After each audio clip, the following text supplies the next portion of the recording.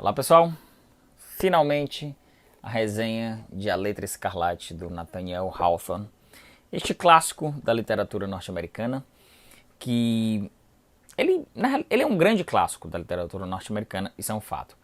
Mas aqui no Brasil, às vezes eu percebo que ele não é tão conhecido quanto poderia ou quanto deveria ser. Às vezes eu encontro muito essas listas, grandes clássicos da literatura estadunidense, aí quando você vai ver não encontra esse livro e em outras listas você acaba encontrando. Então hoje nós vamos falar da resenha desse livro e vamos falar um pouquinho o que é que faz esse livro ser um clássico de fato. Logo depois da vinheta, se liga aí.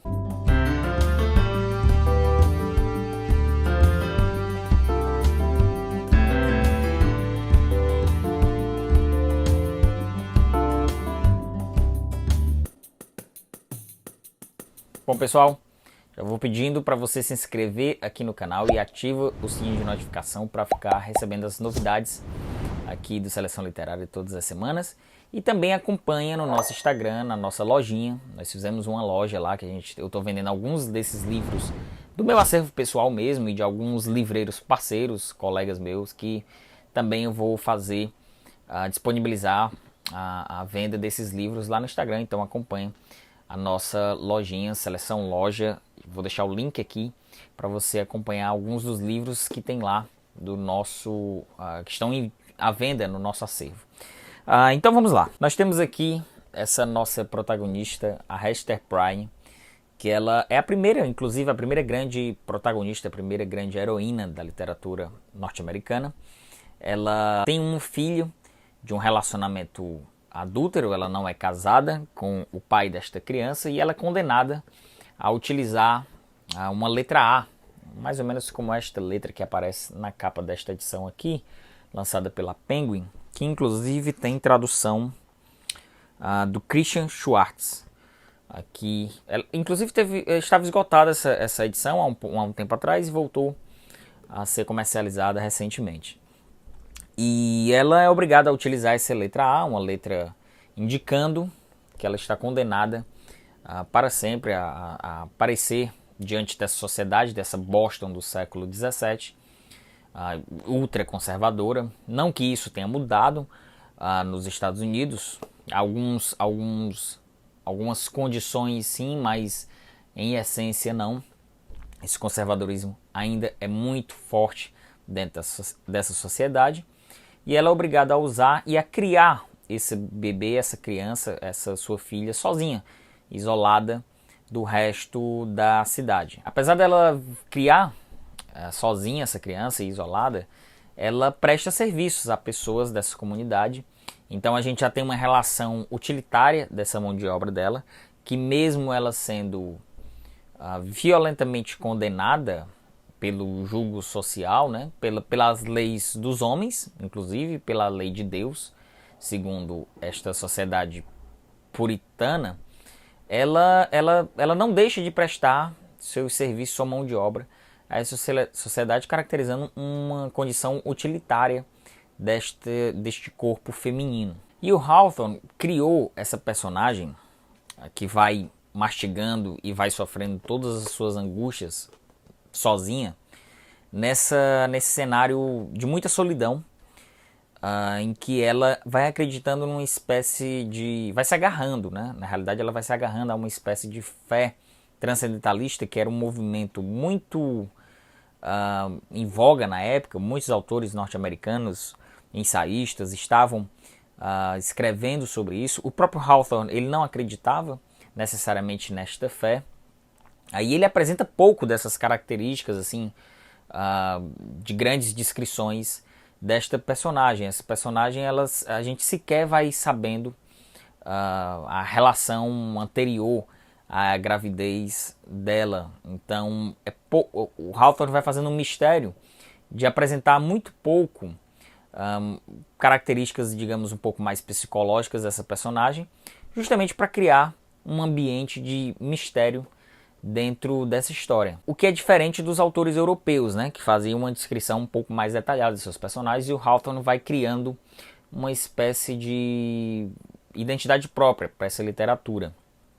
E o que é também muito interessante, que apesar desse mistério que ele vai criando em relação a essa personagem, ela vai sofrendo de uma ambiguidade em relação a essa criança, né, que é o fruto de um pecado e que ela ama aquela criança com toda a sua força, porque é a sua filha, e ela fica constantemente nesse jogo ambíguo, pensando nessa sua fé, nesse seu amor, pensando que ela está amando o fruto de um pecado. E ela vai tendo constantes embates em relação aos seus próprios valores morais.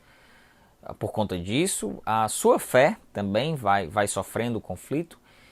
A questão, e também a questão do paganismo e do puritanismo também, que vai sofrendo embate através desta personagem. E quanto a essa questão de não adentrar com grandes detalhes nas figuras heróicas desses personagens que estavam sendo criados nesse novo país, nesses Estados Unidos ali se descolando dos seus colonizadores. Esse livro é de 1850.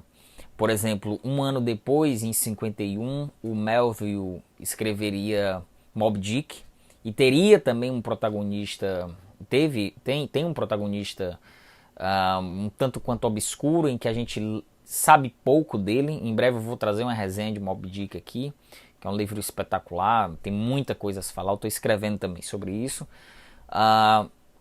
E o Ahab, o Capitão Ahab do Moby Dick, também tem características nesse sentido. Ele não tem... A gente fica sempre num grande ponto de interrogação. O que afinal... quais são os valores morais desses protagonistas que cometeram erros, segundo a sociedade em que viviam, mas que carregam um certo heroísmo. E isso também tem muito da conjuntura social que estava se formando nos Estados Unidos nessa época, né? A literatura europeia ainda se centrava muito no elitismo, em uma, vamos dizer assim, um patamar de títulos mesmos, de lords, de pessoas com ligações através da coroa, por exemplo. Então era a sociedade inglesa muito baseada nisso, de uma família real, de toda uma cadeia social montada a partir dessa família, enquanto nos Estados Unidos se estavam formando, vamos dizer, o heroísmo individual de cada um desses personagens, né? A nação que estava nascendo ali, tendo como um ponto de partida a luta individual, a capacidade individual em formar e forjar a sua história e forjar a própria nação que estava se formando ali, com as condições sociais e políticas muito diferentes do que se tinha da Inglaterra. Então, a literatura norte-americana também foi criada nesse sentido.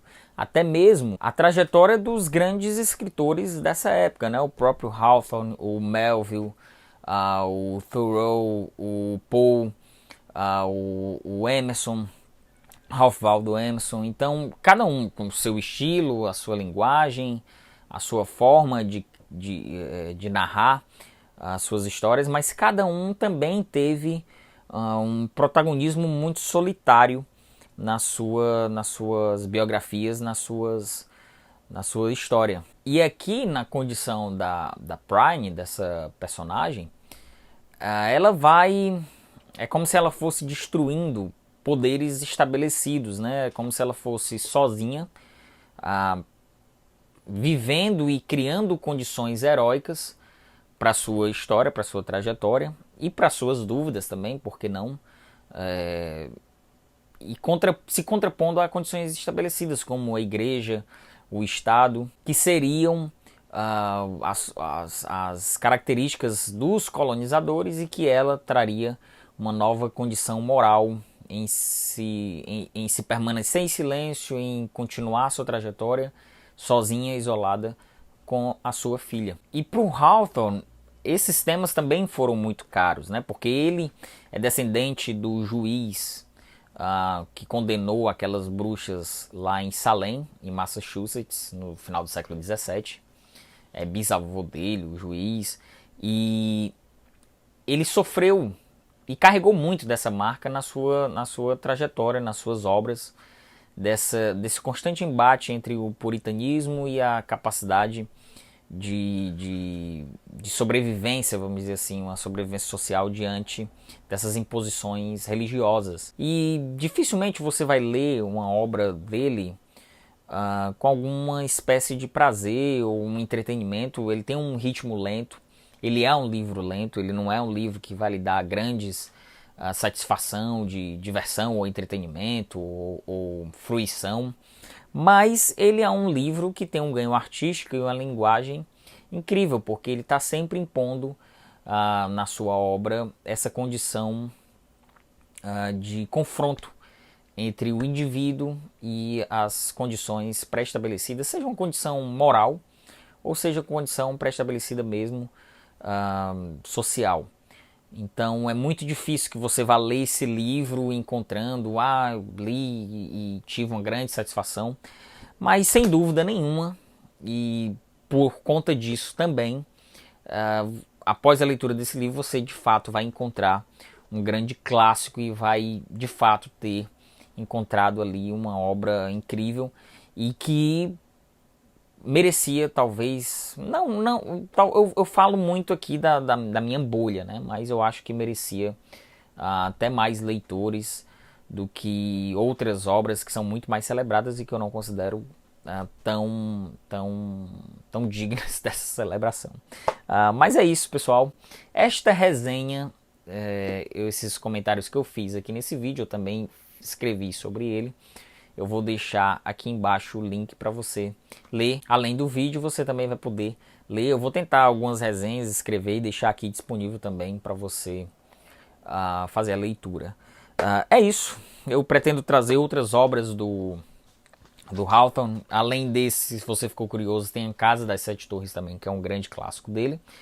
E vamos conversar sobre esse livro clássico. Eu tenho outras resenhas aqui para fazer, estou devendo. Mas em breve estão saindo 2 vídeos por semana aqui no canal. Em breve vocês vão poder assistir todos eles. Eu estou gravando aos pouquinhos. É isso aí, pessoal. Se inscreve no canal. Vamos comentar sobre a obra do Hawthorne, o grande clássico dele, A Letra Escarlate.